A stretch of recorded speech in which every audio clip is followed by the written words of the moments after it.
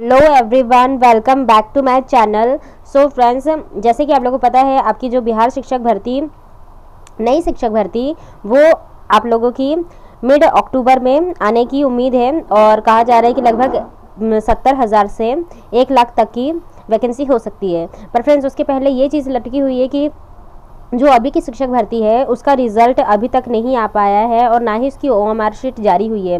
पर उसके पहले ही इसमें बहुत सारे पेंच डलते हुए नज़र आ रहे हैं। आपने देखा कि कल पटना हाईकोर्ट का भी फैसला आया, जिसमें जो R1, R2, R3 तीन ऑर्डर्स आए थे, जो सुप्रीम कोर्ट के ऑर्डर्स आए थे, उस पर उन्होंने भी अपना फैसला दिया कि वो भी वो सर्वमान्य हैं और हम भी वही फैसला देते हैं। लेकिन उसके बावजूद देखिए बहुत सारी चीज़ें हो रही है, स्पेशली ये जो भी चीज़ें हैं, ये BTC BEd विवाद अभी तक थम नहीं रहा है। उसके बाद फिर से एक और केस सुप्रीम कोर्ट में दायर हो चुका है, इसमें एक और फिर से SLP लग चुकी है। तो इसी के बारे में मैं आपको बताने जा रही हूँ। और साथ ही साथ में देखिए, जो आप लोगों की नई शिक्षक भर्ती आने वाली है, उसके पहले कहा जा रहा है कि BTET परीक्षा कराई जाए। जितने भी अभ्यर्थी हैं वो चाहते हैं कि BTET परीक्षा कराई जाए, वो भी जल्दी। वो इसीलिए क्योंकि आप जानते हैं जो सीटेट का रिजल्ट आया है वो बहुत ही नेगेटिव आया है, यानी कि लगभग सिर्फ और सिर्फ लगभग 4 लाख ही स्टूडेंट्स पास हो पाए हैं दोनों पेपर्स में, और बिहार के तो सिर्फ और सिर्फ 24,000 ही पास हो पाए। तो इसलिए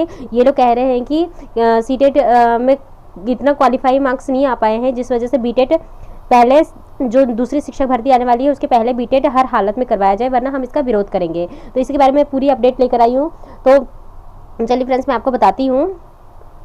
तो ये देखिए फ्रेंड्स, ये है आप लोगों की BTET परीक्षा के बारे में अपडेट आई है। तो ये देखिए, BPSC TRE 2 का एग्ज़ाम लेते हैं तो छात्र करेंगे इसका विरोध। वो लोग डायरेक्ट कह रहे हैं कि इसका विरोध किया जाएगा, क्योंकि देखिए 6 वर्षों से BTET परीक्षा नहीं हुई है और 10 लाख अभ्यर्थी कर रहे हैं इंतज़ार। यानी कि लगभग, आप जानते हैं फ्रेंड्स, सीटेट साल में 2 बार हो रहा है, लेकिन जो BTET है वो अभी तक 6 सालों में अभी तक नहीं हुआ है, जिस वजह से इसे करवाने की मांग की जा रही है।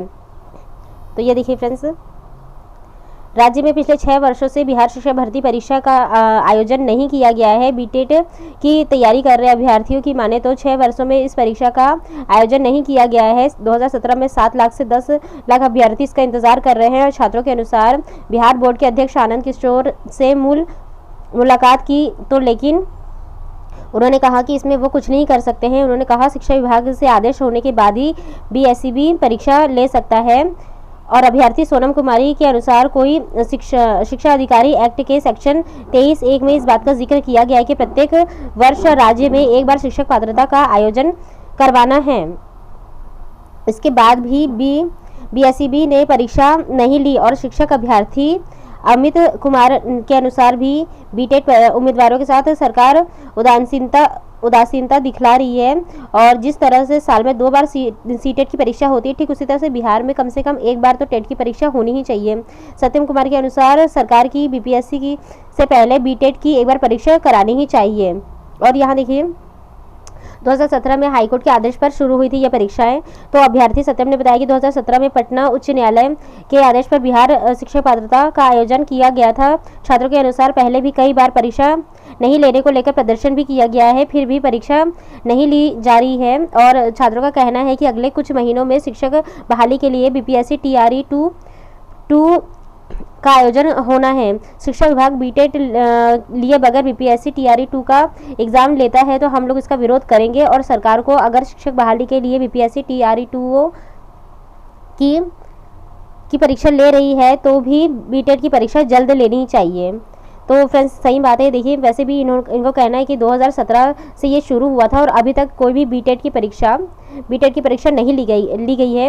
और सीटेट वैसे भी हर साल में 2 बार होता है, लेकिन उसमें इस बार का क्वालिफाइंग मार्क्स बहुत ही कम गया है और बहुत ही कम स्टूडेंट्स पास हो पाए हैं, जिसकी वजह से जो अभी बिहार शिक्षक भर्ती नई वाली आने वाली, तो उसमें वो अपीयर नहीं कर पाएंगे। इसी वजह से वो चाहते हैं कि एक बार BTET परीक्षा करा ली जाए, क्योंकि ये शायद थोड़ा सा ईजी जाए, सीटेट के मुकाबले थोड़ा सा ईजी हो सकता है कि बच्चे इसमें क्वालिफाइंग मार्क्स तो पास ही कर जाए।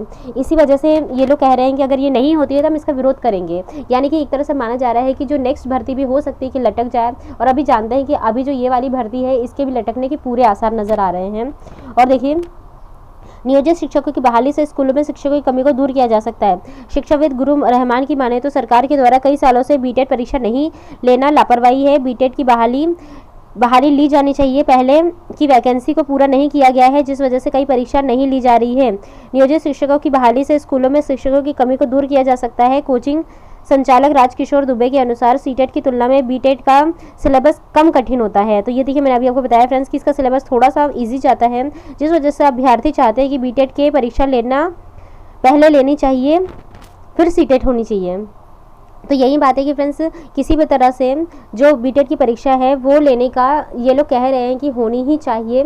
और वैसे भी कोई भी जब वैकेंसी आती है, यानी कि एक होती है पात्रता परीक्षा और एक होता है मेंस, तो कोई भी मेन परीक्षा के पहले एक पात्रता परीक्षा होनी चाहिए ताकि बच्चे उसमें क्वालिफाइंग कर सके। यूपी टेट कई बार हो चुका है और अभी जो सुपर टेट आने वाला है उसके पहले भी यूपी टेट का आयोजन होगा। ठीक उसी तरह से बिहार में भी एक बार बीटेट ज़रूर करवाना चाहिए।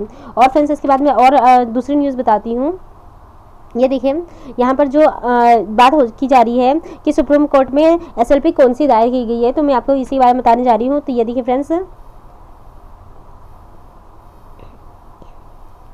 ये देखिए यहाँ पर सुप्रीम कोर्ट ऑफ इंडिया, इसमें ये देखिए, और इसके बाद जो डायरी नंबर है, ये डायरी नंबर है और उसका ईयर है 2023 और साथ में इसकी डेट देखिए, ये 25/9/2023 को 5:58 यानी कि 6 बजे के आसपास इसे लगाया गया है। और ये केस नंबर है और इस पर देखिए ये सारे पिटिशनर हैं, पिटिशनर्स के नाम दिए गए हैं। तो आप इसे मैं अपने टेलीग्राम चैनल पे डाल चुकी हूँ और कम्युनिटी पोस्ट पर भी डाल चुकी हूँ, आप जाके चेक कर लीजिएगा। और साथ में ये रिस्पोंडेंट है, रिस्पोंडेंट में देखिए कितने सारे लोग, TET teachers association, Chandrashekhar Kumar Verma and और द डायरेक्टर एंड ये the Bihar public service commissioner, तो इन सब के नाम दिए गए हैं, आप एक बार चेक कर लीजिएगा। और इसके बाद देखिए, तो इसमें सीधे से बात की जा रही है कि ये आखिर में एसएलपी क्यों दायर की गई है और किस लिए दायर की गई है, तो मैं इसके बारे में आपको बताने जा रही हूँ। ये देखिए फ्रेंड्स, सबसे पहले आपको बता दूं कि जो बीच में अभी हुआ था कि के पाठक दिल्ली गए हैं, दिल्ली क्यों गए हैं, इसी के बारे में बात चली आ रही थी कि क्या हुआ था क्या नहीं हुआ था। तो फ्रेंड्स ये बात निकल के सामने आ रही है कि ये जो दिल्ली गए थे, तो ये जो सुप्रीम कोर्ट है, सुप्रीम कोर्ट में इन्होंने याचिका दायर की है और ये किस बारे में है, इसी के बारे में आपको मैं पूरी तरह से बताने जा रही हूँ। और साथ ही साथ में देखिए ये विवाद कहाँ से शुरू हुआ है, इसके बारे में लगभग सभी लोग कन्फ्यूज़ है। तो आपने देखा था कि जो कुछ दिनों पहले बीपीएससी चेयरमैन और ये शिक्षा विभाग और इनके बीच में जो के पाठक है, इनके बीच में एक छोटा सा विवाद सुनने को मिला था कि ये लोग चाहते थे कि बीएड को शामिल किया जाए, बीएड को शामिल नहीं किया जाए और शिक्षक भर्ती का रिजल्ट लाया जाए, इसी में कुछ विवाद हुआ था। तो उस पर उस समय तो सुलह हो गई थी, सुनने में आ रहा था कि उस समय सारी चीज़ें सुलह हो चुकी है और आगे की प्रोसेस कराई जा रही है। लेकिन फ्रेंड्स उस समय का लगता है कुछ चीज़ बाकी रह गई थी जो यहाँ पर अब देखने को मिल रही है। और इसमें सबसे बड़ा इसमें खामियाजा सिर्फ और सिर्फ जो बिहार शिक्षक भर्ती है उसके लटकने की उम्मीद नज़र आ रही है और खामियाजा सिर्फ स्टूडेंट को भुगतना पड़ेगा। अगर मान लेते हैं कि बीएड वालों को बाहर निकाल भी दिया जाता है तो कम से कम डीएलएड वालों का तो रिजल्ट जारी कर देना चाहिए। फ्रेंड्स एक छोटी सी चीज़ की वजह से दूसरे स्टूडेंट्स का भी नुकसान हो रहा है। ये लोग रिजल्ट नहीं लाने की बात कर रहे हैं, तो इसमें कम से कम आपको 6 to 12, वैसे तो 6 to 8 का एग्ज़ाम ही नहीं हुआ था, तो कम से कम 9 to 12 का तो रिजल्ट लाना चाहिए, क्योंकि वो स्टूडेंट्स की क्या गलती है, वो लोग क्यों इंतज़ार करें, तो कम से कम उनका रिजल्ट लाना चाहिए। और यहाँ पर जो डीएलएड स्टूडेंट्स है, बीएड और डीएलएड में इतना विवाद हो रहा है, तो कम से कम डीएलएड स्टूडेंट्स का भी रिजल्ट जारी करना चाहिए। कहा जा रहा है कि इसमें जो ये वैकेंसी थी सुप्रीम कोर्ट के फैसले के पहले शुरू हो गई थी, पर यही चीज़ मुझे नहीं समझ में आ रही है कि चलिए शुरू पहले कर दी थी, आवेदन लिए जा चुके थे, लेकिन उसका एग्ज़ाम तो नहीं हुआ था। एग्ज़ाम जब नहीं हुआ था तो यानी कि प्रक्रिया भी शुरू हुई नहीं थी, बस आवेदन लिए गए थे। आवेदन लेना और एग्ज़ाम कराने में बहुत बड़ा अंतर होता है। एग्ज़ाम अगर ले चुके होते, पहले ही ले लिया जा चुका होता तो कहा जाता कि हाँ प्रोसेस आधी हो चुकी है, लेकिन वहाँ पर तो आधी भी नहीं हुई थी, अभी सिर्फ शुरू हुई थी, एक स्टेप आगे बढ़ी थी। तो इस वजह से मुझे नहीं लगता कि सुप्रीम कोर्ट के फैसले को अमान्य करना चाहिए। वैसे भी सुप्रीम कोर्ट सबसे सर्वोपरि है, सर्वोच्च है, तो इस वजह से उसमें बार बार कोई ना कोई केस दायर हो जाता है, कभी पटना हाई कोर्ट में तो कभी किसी चीज़ में। तो इस वजह से सिर्फ और सिर्फ भर्तियाँ लटकने के आसार नज़र आ रहे हैं और कुछ नज़र नहीं आ रहा है। तो ये बस एक तरह से राजनीति एजेंडा बन चुका है। बिहार शिक्षक भर्ती भी लगता है इसकी भेंट चढ़ जाएगा। तो चलिए मैं आपको यहाँ पर बताती हूँ। टेट संघ शिक्षक संघ द्वारा नियोजित शिक्षकों को राज्यकर्मी का दर्जा देने हेतु पटना हाईकोर्ट में याचिका के खिलाफ शिक्षा विभाग के अपर मुख्य सचिव के पाठक ने सुप्रीम कोर्ट में 25 सितंबर को एसएलपी याचिका दायर की है। इस संबंध में संघ के प्रदेश अध्यक्ष अमित विक्रम ने कहा कि एक और सरकार द्वारा नियोजित शिक्षकों को राज्यकर्मी का दर्जा दिए जाने की खबरें आ रही है। आपने सुना है कि फ्रेंड्स 2 अक्टूबर को इन्हें राज्यकर्मी का दर्जा दे दिया जाएगा। और वहीं दूसरी ओर विभाग के अपर मुख्य सचिव के द्वारा राज्यकर्मी का दर्जा देने के खिलाफ सुप्रीम कोर्ट में एसएलपी दायर कर दिया गया है और यह समझ से परे है। इसके पीछे सरकार की या के पाठक जी की क्या मंशा है, ये समझना मुश्किल है। और आखिर ऐसी क्या स्थिति बनी जिस वजह से के पाठक के संघ द्वारा याचिका के खिलाफ सुप्रीम कोर्ट में एसएलपी दायर कर दिया और यह हम नहीं समझ पा रहे हैं। इस संबंध में हम उच्चतम न्यायालय में अपने वकीलों से बात करेंगे, तभी हम आगे क्या करना है इस संबंध में कुछ बता पाएंगे। तो फ्रेंड्स ये सही बात है, जब इनको यही सब करना था तो आप पहले ही जो सुप्रीम कोर्ट का फैसला आया और अभी एग्ज़ाम नहीं हुआ था उसी टाइम में सारी बातें उसी समय जितनी भी याचिकाएँ लगानी थी, जितना भी कुछ करना था उसी समय कर चुके होते। अब एग्ज़ाम आपने ले लिया, अब रिजल्ट आने की बारी है। सिर्फ रिजल्ट अभी देख रहे हैं आप, लगभग 25 को सीटेट का रिजल्ट आया है।